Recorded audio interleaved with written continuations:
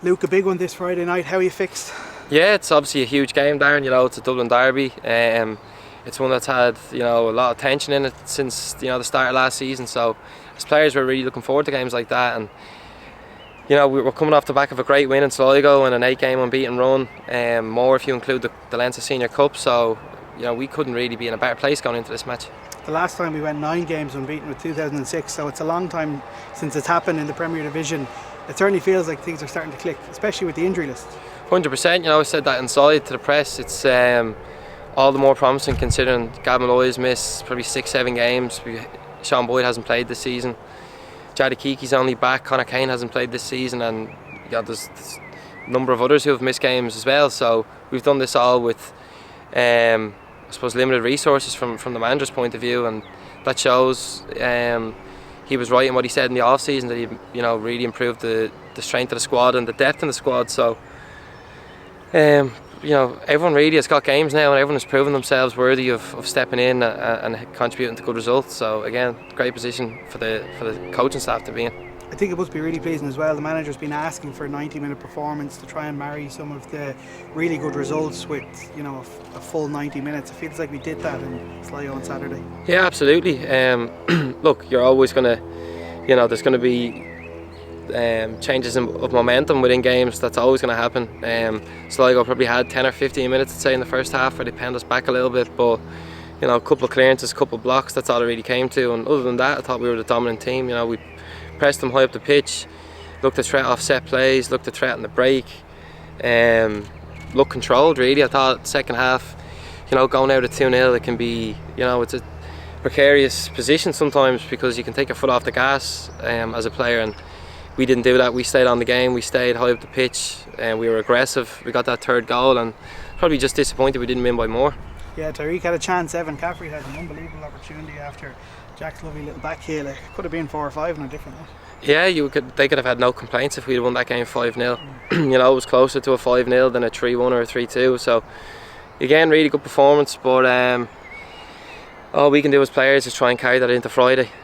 I know the manager highlighted the fans afterwards. There was some lovely scenes at 3-0. It must have been a really enjoyable way to cap off the night. It was brilliant. At 60-65 minutes 3-0, it's a monumental slip up if you don't win a game from that position. So we were, that emotion that came out, it was also for Jack scoring his hat-trick, young kid playing really well, and it's a big moment for him in his career. And then you get to the side of the pitch, and we had heard that the bus hadn't got down and a lot of fans hadn't got there, and you see familiar faces in the crowd, and it's just that's why you play football, that's why you graft during the week, is for moments like that.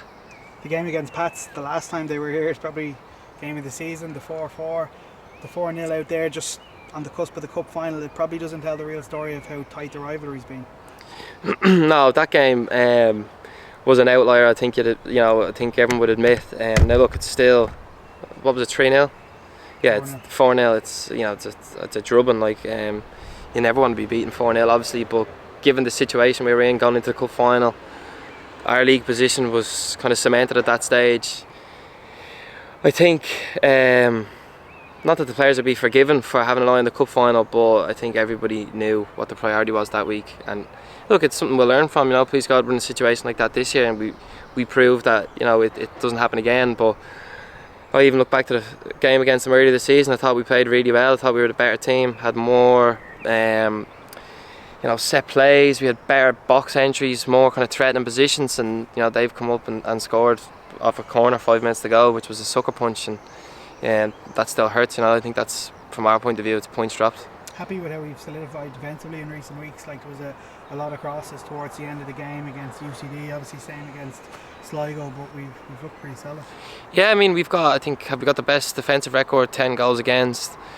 We've got 7 clean sheets. I think Derry and Rovers may have 8, but we have a game in hand.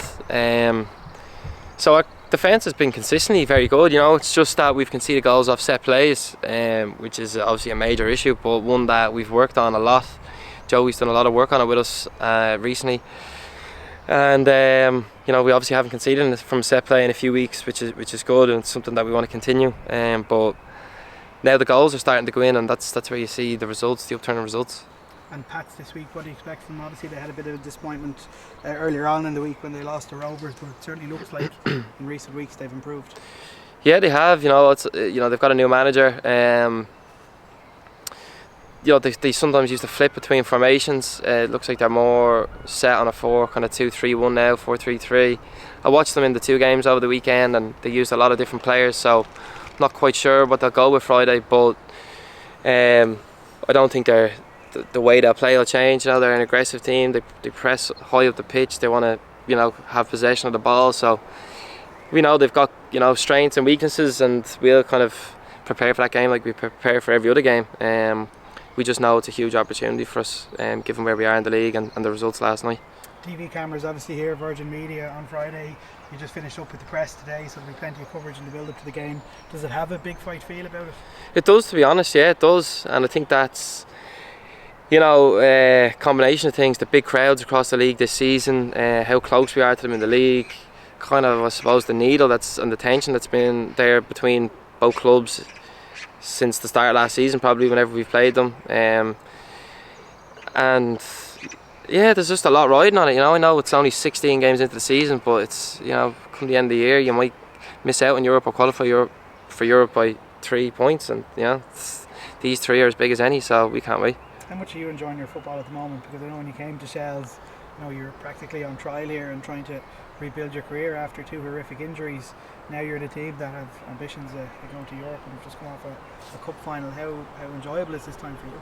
Couldn't be happier, Darren. Yeah, it's the most enjoyable period of my career. I said that to you last year in a clip that's been replayed to me many times since. Yeah, by many people.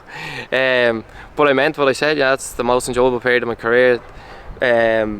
I love playing for this club. I feel like this place is my gaff, as I say to Jack Moylan. I just love playing here. I feel like I know the pitch. I know so many people who work in the club. I love the manager and his coaches. It's the perfect mix of things for me, and long may it last. It would be an unbelievable achievement for everybody if we could qualify for Europe, but there is still 20 games to go, so we won't get carried away.